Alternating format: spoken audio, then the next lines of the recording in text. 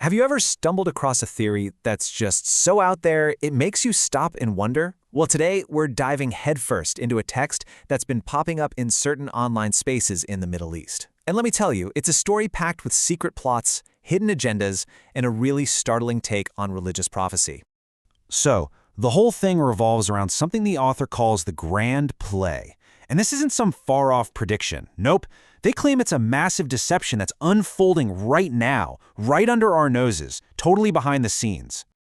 Okay, just a quick note before we really get into it. We're not here to say this is true or false. Not at all. Our job is just to unpack this one specific viewpoint, to see how the author builds their case. We're just trying to understand the narrative. All right, so how does this whole grand play even begin? Well, it kicks off with a pretty huge claim. The author says that all those high-profile deaths of Iranian leaders and their allies, the ones that were all over the news, were completely fake, staged. Not deaths, but disappearances. Just the first act in a much, much bigger show. The idea here is that these powerful figures are actually alive and well. They're just in hiding, biding their time, waiting for just the right moment to make this huge, dramatic comeback. A return that's designed to not only stun the world, but, according to this text, to trick millions of people. Now, this is where it gets really clever. See, this isn't just about politics. The author ties this whole conspiracy into a well-known religious concept, which gives it this layer of spiritual authority. Let's look at how they do it. First, you got to understand this concept called al-Raja, or the return. It's a belief within some Shia traditions that says right before the end of the world, a bunch of important figures from the past are going to be brought back to life for one final conflict. It's kind of like a divine preview of the final judgment. And here is the twist. The author says these leaders are going to hijack that very belief. When they reappear, they're going to claim it was a miracle. They'll say the Mahdi resurrected them. So they're basically using a prophecy as a cover story to sell a political plot as some kind of divine event.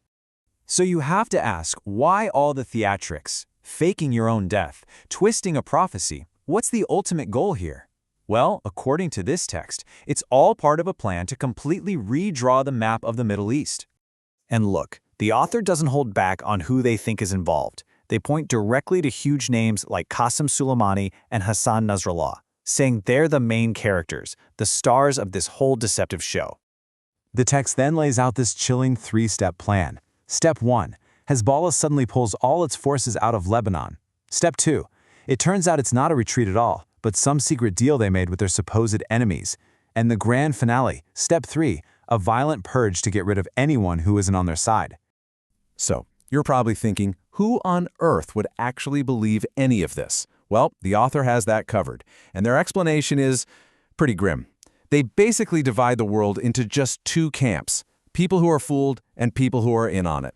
See, in this worldview, there's no room for honest disagreement. You're either a simpleton, part of the naive herd who got tricked, or you're complicit, a secret agent who's part of the conspiracy. It's a classic move, right? Frame the debate so that anyone who disagrees with you is either a fool or just plain evil. But what about those complicit people? How do you get them on your side? This is where the theory gets really, really dark. The author claims there's this massive, systematic blackmail operation going on to control powerful and influential figures, and the details are incredibly disturbing. And right here is probably the single most shocking claim in the whole document. The author alleges, in no uncertain terms, the use of sexual entrapment involving children to flip enemies and control allies. It's a truly horrific accusation, and it's absolutely central to the author's goal of painting their opponents as fundamentally and irredeemably evil. So, how does a text like this wrap up? Well, it doesn't end with a neat summary. It ends with a challenge. A dare. The author basically throws down the gauntlet, and in doing so, they pull off their final rhetorical trick. And there it is. That's the key to the whole thing. The author completely shifts the goalposts. Suddenly, it's not about them proving their wild conspiracy theory anymore. No, the burden of proof is now on their opponents to defend their most basic religious identity. It's a trap, basically, and it's designed to make the author's argument impossible to disprove. Breaking down a theory like this, it's a bit like taking apart a spider web. You start to see how every single strand connects, how the whole thing is built to trap you.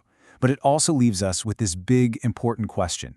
In this age of endless information, How do we investigate these kinds of extreme ideas without accidentally giving them a bigger platform? It's a tough line to walk, and frankly, it's a question we're all still trying to figure out.